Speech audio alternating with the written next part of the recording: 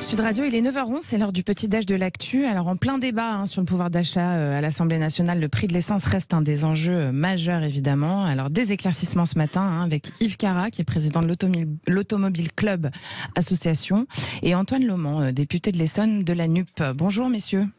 Bonjour. Alors, Bonjour, si merci, je suis monsieur. porte-parole de l'Automobile Club Association, pas président. Pardonnez-moi. Président Didier Bollecker, que j'adore, et je ne voudrais pas le D'accord. Et qu'on salue. On le salue, pardon pour l'erreur. Voilà. En tout cas, merci messieurs d'avoir accepté notre invitation ce matin sur Sud Radio pour débattre de ce sujet qui va effectivement s'inviter à l'Assemblée nationale avec déjà des pistes avancées de chaque formation politique.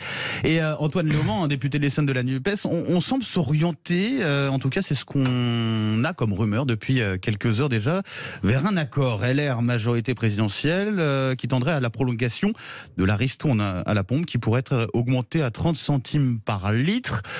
Est-ce que vous êtes favorable à cette idée-là, vous-même, du côté de la NUPES ? Nous sommes d'abord favorables à une autre mesure qui est le blocage des prix. J'explique un peu à nos auditeurs la différence entre les deux.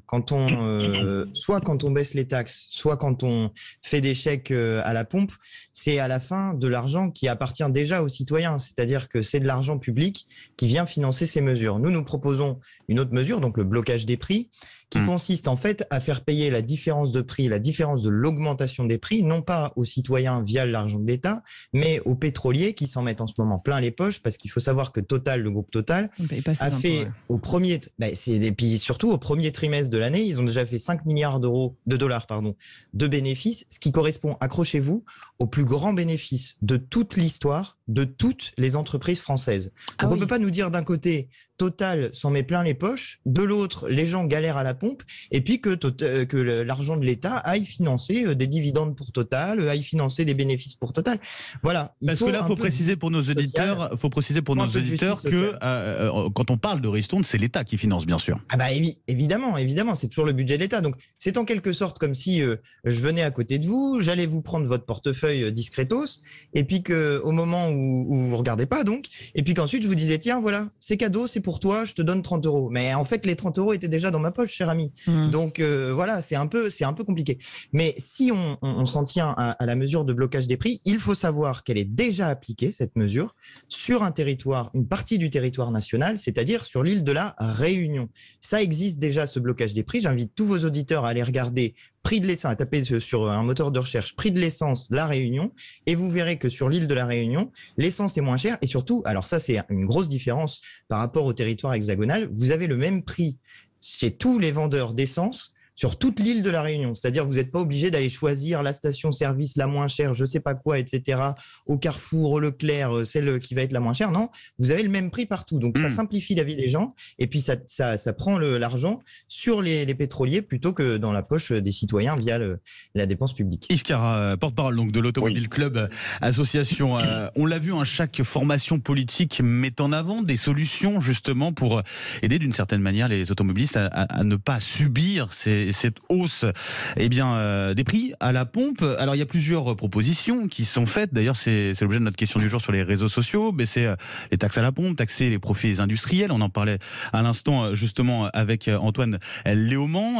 Il y a aussi la ristourne pour les gros rouleurs. Quelle serait la solution qui aurait votre préférence d'une certaine manière ? Alors déjà, la solution qui n'a pas été retenue a priori, de ne pas faire des ristournes en fonction des revenus des gros rouleurs, ça qui est une véritable usine à gaz et qui aurait provoqué de terribles injustices, c'est une bonne chose. Augmenter la ristourne et la prolonger, pourquoi pas, mais nous, Automobile Club Association, notre totem, on va dire, depuis des dizaines d'années, c'est de réduire les taxes. Il n'y a pas d'autre. Vous savez, il n'y a pas d'autres produits en France, peut-être à part les spiritueux qui sont aussi taxés que le carburant, plus de 60%. Donc voilà, baissons les taxes et ce sera déjà pas mal. Et le tabac et l'alcool. Donc baissez plutôt les taxes pour vous. On va continuer justement ce débat dans un instant. Merci messieurs. Sud Radio, il est 9h15, on revient tout de suite. Il est 9h18 sur Sud Radio et dans le petit déj de l'actu, on se demande si le prix de l'essence reste un des enjeux majeurs de votre pouvoir d'achat, et ça a l'air d'être le cas clairement. On se le demande avec Yves Cara, porte-parole de l'Automobile Club Association, et Antoine Lomand, député de l'Essonne de la NUP.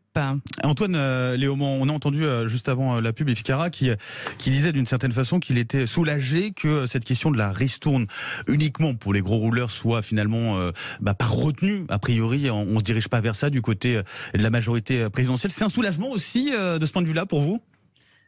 Il faudra voir les dispositions exactes du texte, mais sur le principe, moi, je suis pas contre le fait que, il faut bien voir à qui ça sert prioritairement. Les gens qui ont besoin de leur voiture pour aller travailler, c'est eux qu'il faut aider prioritairement, parce que on peut pas accepter dans notre pays que des gens qui travaillent n'arrivent pas à avoir un tout petit peu d'argent de côté pour faire autre chose que travailler à la fin du mois, nourrir la famille, payer les factures.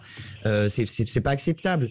Et par ailleurs, comme la majorité à l'Assemblée nationale, d'ailleurs avec le Rassemblement national qui a voté main dans la main avec la majorité sur ce point hier, comme ils ont refusé l'augmentation du SMIC à 1 500 €, pour tous les travailleurs qui gagnent très peu d'argent, si on ne prend pas des mesures sur le prix des carburants, mais nous on propose d'élargir ça, je vous ai parlé tout à l'heure du blocage des prix du carburant, nous à notre sens, il faudrait élargir cette mesure à d'autres domaines encore, parce que vous allez avoir une augmentation des prix de l'alimentation qui n'est pas seulement due à la guerre en Ukraine, qui est également due au fait que vous avez un changement climatique qui devient majeur sur toute la planète et qui en Inde, en Argentine, aux États-Unis, en France aussi d'ailleurs, commence à faire une baisse des récoltes et du coup une augmentation des prix de tout ce qui est lié au blé, y compris de la viande. Et souvent les gens me demandent comment ça se fait que la viande augmente à cause de la guerre d'Ukraine. Enfin, on comprend pas bien la logique directement. En réalité, c'est parce que à la fois les céréales sont plus chères, à la fois le bétail a moins d'herbe pour se nourrir, donc il faut les nourrir avec davantage de céréales, et du coup voilà, vous avez un effet cumulatif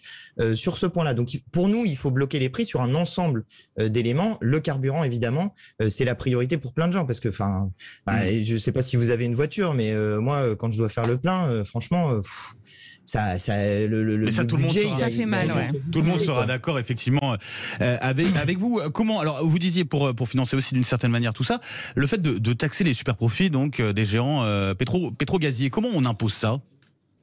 Déjà par la loi, on peut imposer un certain nombre de choses par la loi. Mais pour le coup, certains peuvent voter, c'est vrai. Tout à fait. Mais alors pour le coup, nous on propose à la fois, on propose deux choses en réalité. On propose de taxer les super profits parce que je vous l'ai dit tout à l'heure, c'est indécent. Enfin, Total, les plus grands bénéfices de toute l'histoire de toutes les entreprises françaises pour ceux qui nous auraient rejoints depuis la publicité. Donc taxer les super profits, ça semble normal. Et le blocage des prix, c'est encore une autre mesure qui est l'État décide un montant maximal de vente. Ça s'est déjà fait dans le passé. D'ailleurs, ça s'est fait sous Macron, figurez-vous, qui est quand même pas un bolchevique de la première heure. Il a bloqué le prix sur les masques pendant la crise du Covid, parce qu'évidemment, comme il y avait une pénurie et puis que tout le monde en voulait, les prix augmentaient. Et puis ceux qui étaient les plus pauvres et qui avaient plus besoin des masques, exactement, ne pouvaient pas s'en fournir. Donc, on peut faire exactement la même chose. Et je répète que c'est d'ores et déjà appliqué sur l'île de la Réunion, qui est un département français, et que donc nous demandons simplement à ce que soit étendue à l'ensemble du territoire national une mesure qui est déjà en place dans un département français. On l'aura compris. Oui, Yves Cara, je rappelle que vous êtes porte-parole de l'Automobile Club Association, justement au sujet de ce prix de l'essence qui est encore trop important. En plus, il y a des différences entre les différents territoires. Qu'est-ce que vous en pensez, vous, qu'il faut carrément bloquer ? Ce qu'il faut voir en fait, c'est que depuis pas mal d'années, depuis presque un peu plus de 10 ans, toutes les taxes sur les carburants rapportent à peu près 40 milliards à l'État. Donc je pense que ceux qui ont fait, j'en suis même certain, se sont basés sur un prix moyen de l'essence, on va dire un 50, un 60. Donc tout ce qui est au-dessus, presque comme Total, des super profits. Mais des super profits et du bénéfice en plus. Donc cet excédent, si vous voulez, qui était l'État, parce que personne n'a pu prévoir une augmentation pareille, plutôt que de le prendre aux Français et d'en redonner un peu, ne le prenons pas, partons sur ce prix moyen, je vous dis qu'il devait être aux alentours de 50-60, j'en suis à peu près sûr, parce que là on en est à plus de 20 à 30% de plus, donc on a plus de 10 milliards de plus dans les caisses de l'État, donc les chiffres, ne les prenons pas aux Français, et puis, je voulais juste te dire, cet argent qu'on ne prendra pas aux Français, qu'ils ne mettront pas dans le réservoir, ça va pas partir dans des paradis fiscaux, ça va aller dans les restaurants, dans les fournitures scolaires, dans tout ça. Donc c'est pas vrai de dire que ça va manquer à l'État, ça va aller ailleurs et ce sera moins taxé. Donc voilà, c'est pas vrai de dire que ça va manquer à l'État. C'était en plus, il faut juste pas le prendre aux Français. On l'a compris et on aura compris justement. Oui, allez-y. Antoine Non, Léaumont. je voulais dire, vous avez parfaitement raison. Et sur la loi pouvoir d'achat que nous sommes, enfin pouvoir d'achat c'est un grand mot parce qu'en réalité on va perdre du pouvoir d'achat avec cette loi. Mais enfin bon, sur cette loi qui est discutée en ce moment à l'Assemblée nationale, le gouvernement nous dit, écoutez, nos mesures sont financées parce qu'on a un surcroît de recettes de 55 milliards d'euros. Il y a donc une cagnotte de 55 milliards d'euros et à l'intérieur de cette cagnotte, on décide de nous distribuer des petites miettes, voilà.